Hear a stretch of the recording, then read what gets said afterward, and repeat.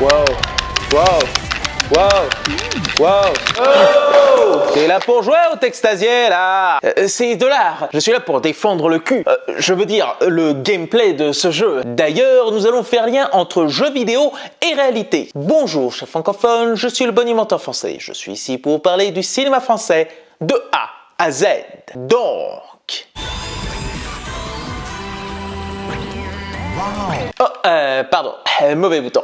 Donc... As-tu vu It the Night de Caroline Poggi et Jonathan Vinel. Caroline Poggi et Jonathan Vinel ont étudié le cinéma séparément. L'un dans le montage à la Fémis et l'autre à l'étude cinématographique de Paris 8 pour revenir à l'IUT de Corse. Ils réaliseront chacun leur court-métrage en solo pour sortir leur premier court-métrage en duo en 2014, tant qu'il nous reste des fusils à pompe. Il leur a fait bonne impression et recevra l'Ours d'Or de la Berlinale. Un bon succès qui les propulseront beaucoup plus sur le devant de la scène. Tant qu'il nous reste, c'était un peu, voilà, c'était le gros starter même pour notre duo. En tout cas, c'est le premier film vraiment qu'on coécrivait. Donc ça s'est fait de manière très instinctive, par des goûts, des désirs en commun, etc. Donc je pense qu'on a vraiment aimé cette aventure, le fait qu'il y ait l'Ours d'Or, du coup ça nous a encouragés à continuer dans ce sens-là. Et se dire qu'ils ont obtenu ce prix à la vingtaine, c'est fort. Puis au vu de cette réussite, ils continueront à travailler ensemble jusqu'à mettre leur court-métrage After School Knife Fight dans le film à sketch Ultra Rêve. Le chaînon manquant qu'il manquait entre Bertrand Mandico et Yann Gonzalez. Oui, parce qu'il y a un langage qui s'y prête complètement à aller dans une portée qui s'éloigne de la narration habituelle pour nous emmener dans le monde des rêves.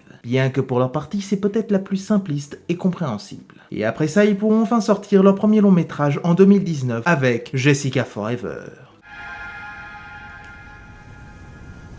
Calme-toi. Respire. Ça va aller. Tout cet amour, ça a servi à quoi? C'était ce qu'on avait de plus beau. C'était pour Jessica.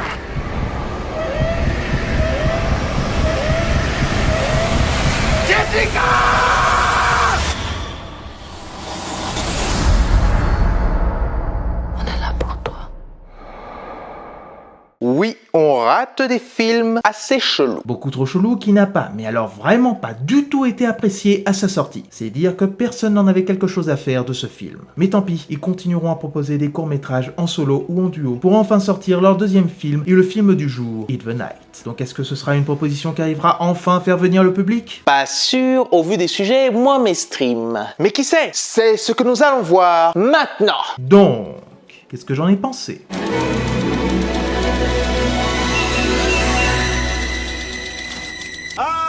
It the Night de Caroline Poggi et Jonathan Vinel est un film étrange où le monde vidéoludique, la drogue et l'amour ne feront plus qu'un. Tout commence avec un jeu de MMORPG, Dark Noon. Ou comme dit dans le jargon français, Meporg, explique le journal. Les Meporg. Qui fait une annonce importante à nos protagonistes, Pablo et Apolline, qui jouent et vivent à cœur joie dans cet univers. Dans 60 jours, un événement important se passera dans la partie. Ce qui poussera sur ce temps imparti à nous faire la rencontre de Night qui chamboulera leur vie entre l'une qui est à fond sur le jeu et l'autre à fond sur la vente de substances illicites. Déjà, ce que j'ai trouvé d'intéressant, c'est la façon dont les réalisateurs utilisent le jeu vidéo pour mettre en lien avec la réalité. Mais nous, on voulait vraiment retranscrire le sentiment intime du joueur. Donc, c'est-à-dire qu'est-ce qui se passe quand on joue à un jeu. Et parce que pour moi, c'est la particularité des jeux vidéo, c'est qu'en fait, le joueur met à chaque fois des sentiments à l'intérieur de son personnage. Et du coup, il y a un truc très intime.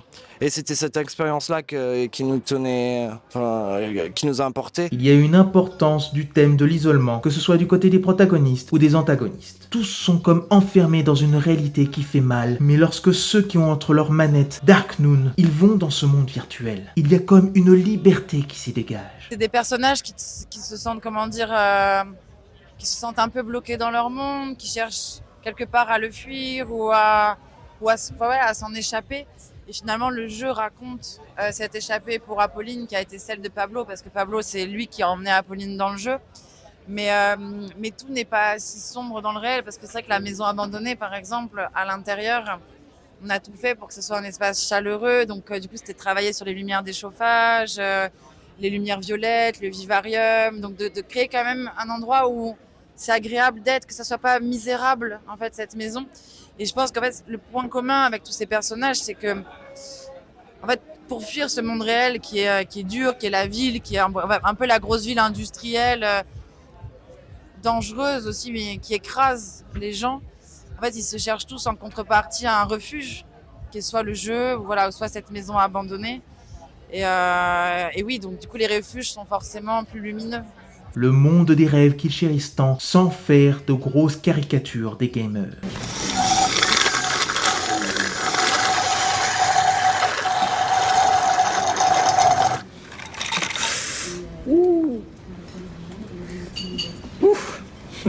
C'est froid. Et que mozzarella di bufala. Puis il montre une vraie belle histoire d'amour qui est intense et vraie. On ressent tout au long du métrage, ainsi que leur peine. Pour les deux du fond qui n'ont pas compris, c'est une relation homosexuelle. De toute façon, la bande-annonce la montrait déjà. Alors faites pas chier. Enfin, pour moi, en tout cas, c'était vraiment, j'avais envie d'écrire quelque chose de vraiment ultra romantique, presque irréel aussi, mais un peu comme dans True Romance, quand ils tombent amoureux au bout de 5 minutes de film et qu'ils pleurent et qu'ils se disent I love you, non. Enfin, en fait, c'est pas possible. En même temps, c'est tellement beau cet épanchement de sentiments. Et c'est vrai que je trouve que presque la générosité de leurs émotions des personnages en fait dans le film, moi, elle vient tellement contrecarrer tout pessimisme possible, parce qu'en fait, je me dis peut-être qu'ils sont allés vers la tragédie et que le monde il est sombre, mais en fait, tout ce qu'ils ont gagné de vécu là-dedans, en fait, a été tellement fort et tellement beau que quelque part, je trouve que ça me rassure aussi à un moment. Donc ce Night est l'élément déclencheur de tout ce qui va arriver. Et ce qui sera contre eux, ce sera cette guerre des territoires pour vendre la meilleure mate. Breaking Bad est passé par là. Yes, science! Donc en plus de tenir un peu de conflit dans cette histoire de guerre des gangs, cette bataille y apporte un aboutissement de leur périple. Si on était dans un jeu vidéo, ce serait l'arc où tu galères beaucoup et que tu reviendrais très souvent à la vie pour enfin réussir à gagner. De ce fait, j'ai vu un parallèle intriguant sur le jeu qui montre que chaque acte, que chaque événement où les héros perdent dans la vraie vie, ils recommencent une nouvelle partie pour aller dans des choix de l'histoire qui amènent à cette tragédie. La vraie violence, c'est plus celle qui est pas spectaculaire, mais celle qui est plus structurelle et qui est en fait celle dont on parle moins, parce qu'en fait en soi elle est partout là. Mais je pense qu'il y a 1000 fois plus de trucs qui donnent envie de buter des gens juste en marchant dans la rue plutôt que dans les jeux vidéo. Donc c'est toujours, après à chaque fois on remet toujours ça sur les jeux vidéo, c'est ça qui crée les émeutes. À chaque fois il y a les mêmes débats sur les films violents et tout. Mais c'est une façon aussi de dépolitiser la violence et de pas parler de les vraies causes qui produisent tout ce déchaînement, quoi. Certains moments d'hésitation nous amènent à ces jeux où la décision du protagoniste influe sur le scénario. Un scénario qui projette tous les éléments indiqués, mais qui ne peuvent nous préparer à ce qui va arriver. Donc quand on arrive à la fin, qui est assez dure, on est à la fois préparé, mais pas complètement. Ce qui nous envoie vers un néant de pixels. Pablo, en fait, ce qui touche, il abîme malgré lui, parce qu'en fait, il veut pas faire de mal, mais en fait, il engendre ça. Mais pour moi, c'est vraiment les codes de la tragédie. Tu vois, ça va avec le décompte, où en fait, tu sais que tu vas aller à un J-60, tu sais qu'il y a un jour J à un moment. Donc, forcément, l'entonnoir, il va se resserrer vers quelque chose de dramatique. Ils veulent pas faire de mal à la base, en tout cas à eux, à ceux qu'ils aiment. Il y a vraiment un truc de, voilà, c'est malgré eux qui font du mal. Un choix qui montre jusqu'où nos protagonistes peuvent aller pour vivre pour le mieux. Et là aussi, le film arrive bien à mettre tout ce qu'il y a d'un jeu PC. Il met en perspective ses bugs jusqu'à petit à petit évoluer et ne faire plus qu'un avec ses héros. Ce qui me fait poser la question, est-ce qu'il n'aurait pas un tant soit peu utilisé de la performance capture? Là, ce qui était avec The Night qui est différent, c'est que c'est pas un machinal dans le sens où on a créé le jeu.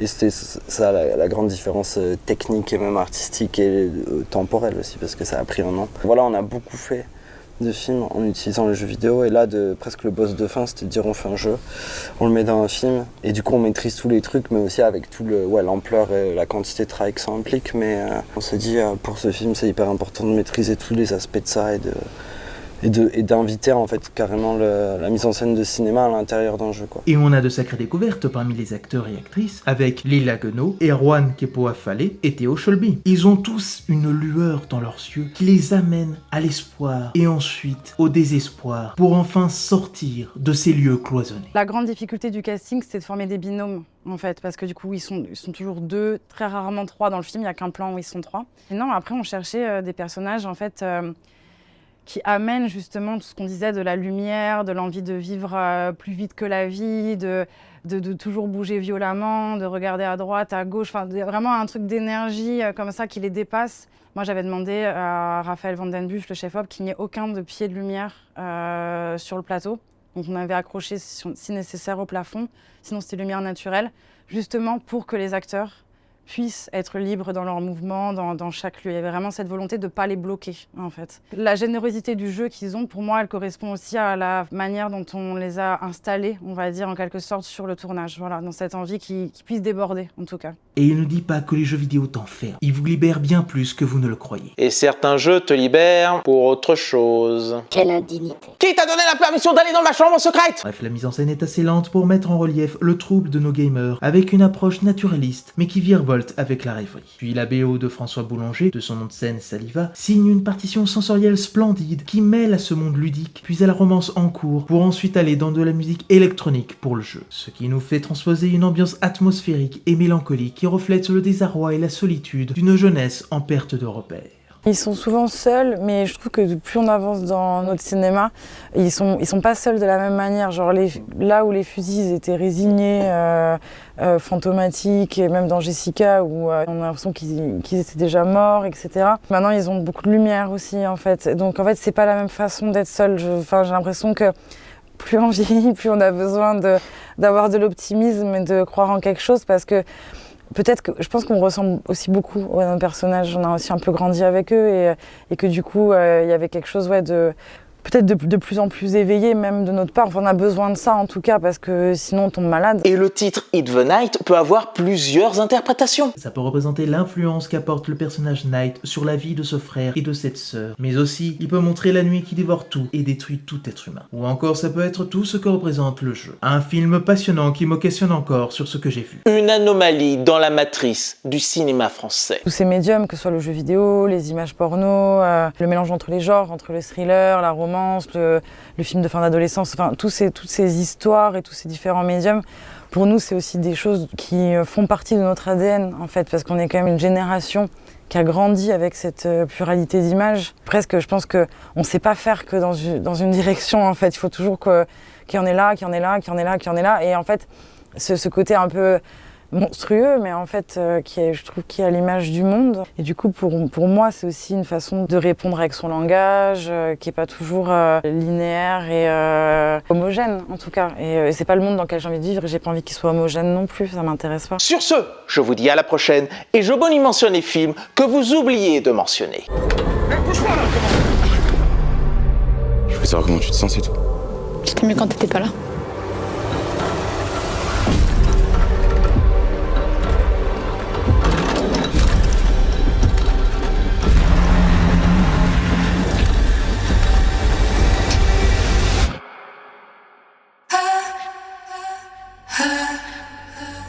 Ha